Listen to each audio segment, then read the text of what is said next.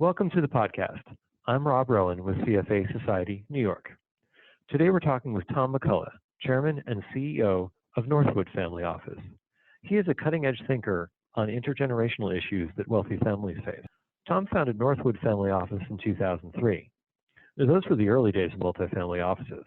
I remember at that time there were about 35 globally and maybe just one Northwood in Canada. He spent years prior to founding Northwood at RBC Wealth Management, and he is the author of a book on wealth management. Tom, is there anything you'd like to add to your bio so that you can frame what we're going to talk about today? I think that pretty much covers it. I also teach at the University of Toronto at the Rotman School of Management. I teach an MBA class called the Management of Private Wealth, and we have also created a 3 or 4 day program for families based on that course. So families can come and get a sense of all the aspects involved in the management of their private wealth. Great. So could you just give us an idea of what the agenda is like for that 3 day course? I think those are fascinating, can be very helpful for younger family members. Sure. And if people want to see an example of it, they can just Google Rotman Family Wealth, and it'll pop up.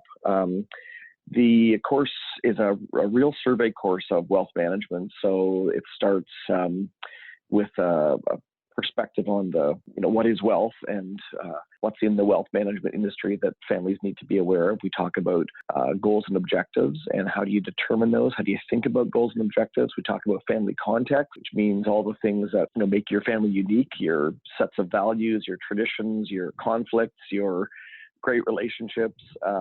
And then we talk a lot about I'll say what is risk for wealthy families, which is different than often the way it's spoken about in the industry, which is volatility. For families, that's often not. There's many other factors they need to take into account. And then we talked about the various aspects of the management of the actual money, which again is based on a goals-based framework. What is it you're trying to do and what is the most appropriate way to fund it? Not so much, what will markets do in the future? Nobody really knows that. But what we do know is what family goals are likely to be and what are safe ways to make that happen. And we take that right through to, what types of investments are appropriate, how do they get combined into an appropriate asset allocation that will have the highest probability of meeting their goals. And then, how do you review and manage it right through to, the role of investment policy. And then, of course, there's all the other soft things. Well, I guess there's a more technical meaning, including tax and estate planning. We're not trying to convert people into being CPAs, but we're trying to give them a sense in a couple of hours just of the key things that they as families should be thinking about. And then we do a couple of chunks on philanthropy and really family dynamics and family communication, and then of course that's all has case studies all the way through. So it's a pretty full 3 or 4 days, but it's a great program. We've run it for 5 years. It's been virtually full the whole time. There's no advisors invited; it's families only. Yeah, I think one of the things that's great about those types of programs is they enable families to, as you say, not become a CPA, but understand how to communicate with a CPA. And also communicate with their family on that basis. I think that sounds like a really interesting. Well, let me frame what we're going to talk about here today, because when I was reflecting on this podcast and how we might, some of the topics we might hit on, I remembered a little thing that happened to me when around the time you were founding Northwood. I was in the process of leaving a conference on wealth management, and our flight was delayed, so I was standing or sitting near a bunch of other people who worked in the wealth management industry. We all knew each other, and so we decided to play a little game to pass the time. And what we did was we each got a little piece of paper out and wrote in one word what we thought were the biggest long-term risk to intergenerational family wealth. And then we handed them in, and one person counted them out. So unsurprisingly, one of the higher chosen ones was taxes. A few more people chose bad investments, but the most popular one was one that might be considered a softer issue. The most popular one was divorce. Basically, half the assets leave when a divorce happens. So I would like to talk about this in terms of one of the main pressure points that I could see in your book and some of your writings is connecting investment goals to the aspirations of the family members. Can you tell us about your philosophy in navigating that? Well, first of all, I might have just gone and had a beer instead of doing all that work with pieces of paper, but good for you guys. So just reword the last part of the question. What's my philosophy in terms of approaching risk, long-term risk for families, you mean? Yes, long-term risk to families, but also how you connect the investment goals to the aspirations of the family members. Oh, absolutely. I was just recently speaking at a CFA conference, and we were talking about goals-based investing. And so for a few people, it seemed kind of this new concept to actually integrate into their practice. And I said, it's kind of like oxygen-based breathing. I'm not quite sure how you right. how you do the breathing without oxygen, how you do investing without goals. It seems almost counterintuitive, but I do think lots of people do that. Go ahead, jump out and invest without having, specifically identified their goals and how important they are and the timing of them and so on. But I don't know. It's a good question. It's people don't know exactly what their goals are, but I find if you, for example, let's just say one of the goals is leaving money to children, and say, well, how much do you want to leave to my children? Well, I have no idea. Okay, well, is it zero? No. Well, is it all of it? Well, no. Okay, so we've got some goalposts. Let's sort of narrow it down. Let's think about it. Let's think about what, we call it fact-based decision making. Let's figure out what you're going to spend on. For example, what will it cost you to live your life and, your annual expenses for the rest of your life, and spend on the things you want. What will be left over? What are even the options? So sometimes actual fact and even sort of vague goals or wishes from the family, you can cobble all those together and get a sense of what it is that people actually want out of their lives. And the interesting thing about goals, I find, is that they're quite different from each other in their character. Some goals are near term and are extremely important that they be met. So that might be funding the education at, a great college or university, and that's 3 kids over the next 8 years, for example. Well, you don't want to have to pull somebody out of one of those colleges because you invested in some risky investment and it didn't work out. That's the stuff that you fund those, quote, liabilities with assets that are safe because the goals are quite near term. And the opposite, of course, is funding, multiple generations, and you've got lots of time to do that and don't have to worry so much about volatility or illiquidity. So I find that the idea of helping people think through what their goals are, and then everything else applies to that later, the investment choices and the planning choices. People often jump into the doing of the plan, either the tax plan or the investments, before they really have thought through all of these various aspects of their lives and goals. One of the things that I always thought was a titanically difficult thing to do was that intergenerational, very long-term planning, because of the uncertainties about returns over that time period and uncertainties about the actual numbers, what we'll need in 100 years. Have you, it sounds like you have some experience with that. Have you got into that with clients, and how do you handle that uncertainty with them? Oh, absolutely. It's, every single one of our clients will have money beyond their life. That's part of the conversation set with families. We've got families who are going to give most of it to charity during their lifetime. We've got families who are going to give most of it to their children, and the children can do what they want with it. And we've got families who think, this is a lot of money. It could last, 10 generations, and they plan for that. And so families have to think about that. I think it's best if they do it as a group as opposed to just mom and dad making these decisions. It also depends if the money was inherited. So there's a bit of a different tenor to the money. If it was inherited, it's sort of, there's a stewardship aspect that each generation stewards it and passes it along, versus if it's an entrepreneur who's made it out of the blue and, can do what they want with it.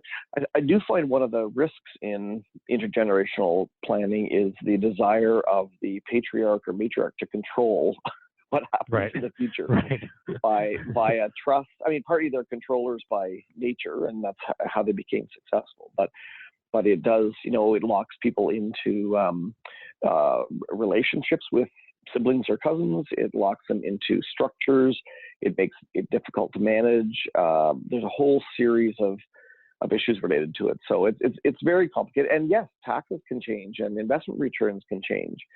So I think the idea of making it, well, should I say, principles as opposed to hard and fast rules helps an awful lot, like letters of wishes and that kind of thing, and leaving some flexibility for executors and trustees to make judgments, because the world is, it changes so constantly. It's very difficult to make very specific plans. Yeah, well, so one of the things that is principal to those long-term plans is some education of younger children and teenagers to build that stewardship theme in there.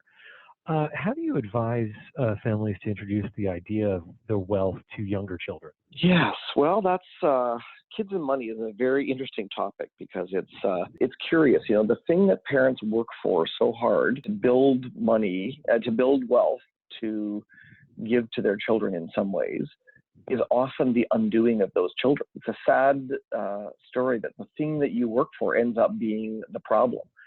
And we all know of families who've have broken relationships because money or something like that got in the way.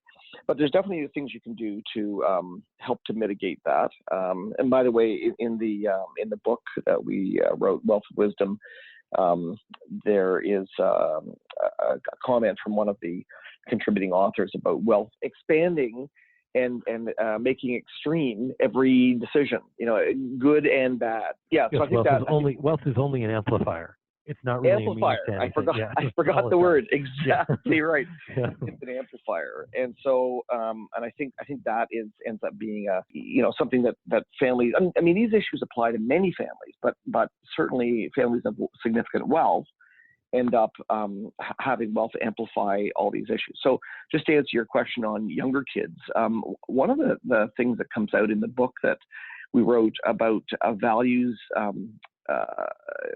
being taught, not taught. So often parents want to instill good money values or good, civil values in their children, and you can say or teach all you want, but children will look at you and see what you do.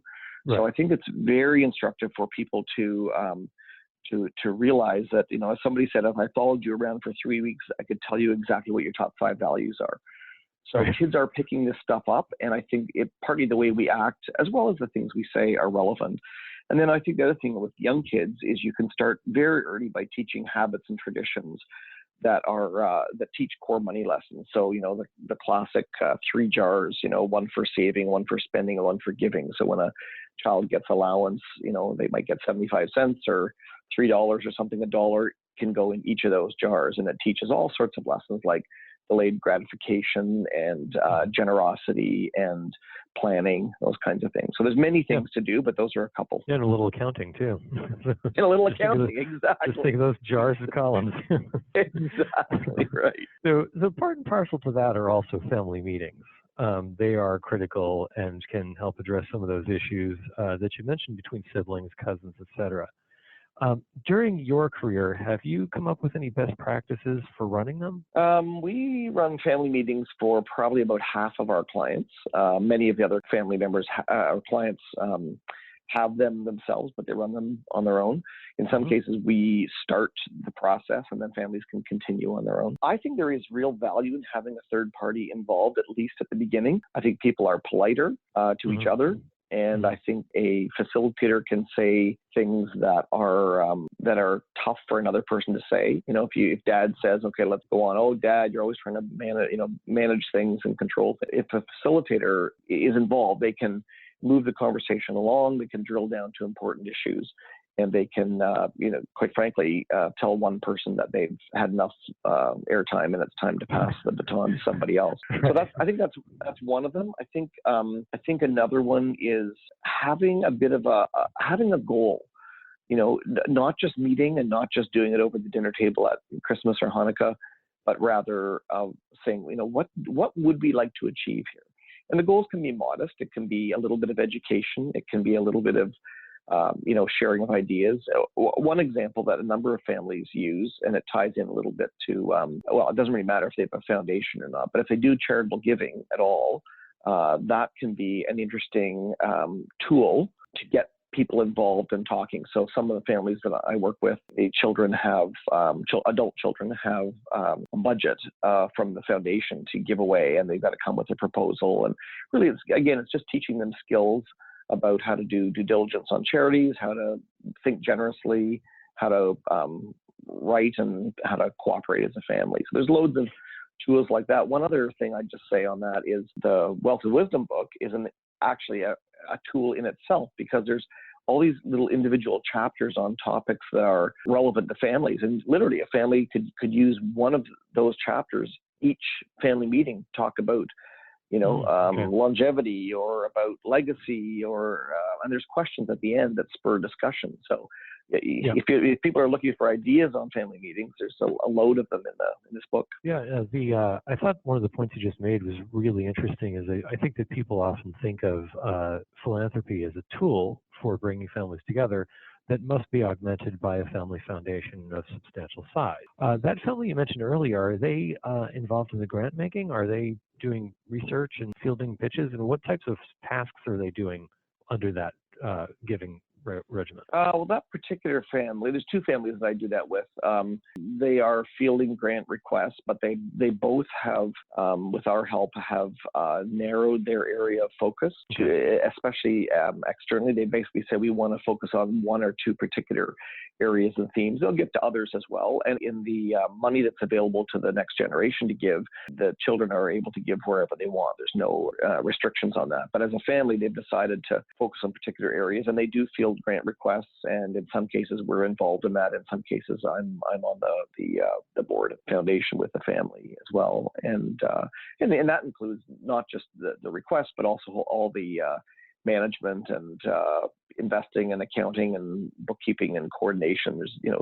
There's a lot of moving parts to these things, depending on the size of them. Yeah, there sure are. That's why I was digging into that a little bit, because there are a lot of different things one can do. But the flexibility between the generations sounds wise. I guess the other thing I'm curious about is, when I was thinking about and prepping for this, are the cultural changes that we have seen over the last 20 years have had an impact on wealth management. When I started in wealth management, very, very few people talked about limiting their heirs' inheritance and donating the rest.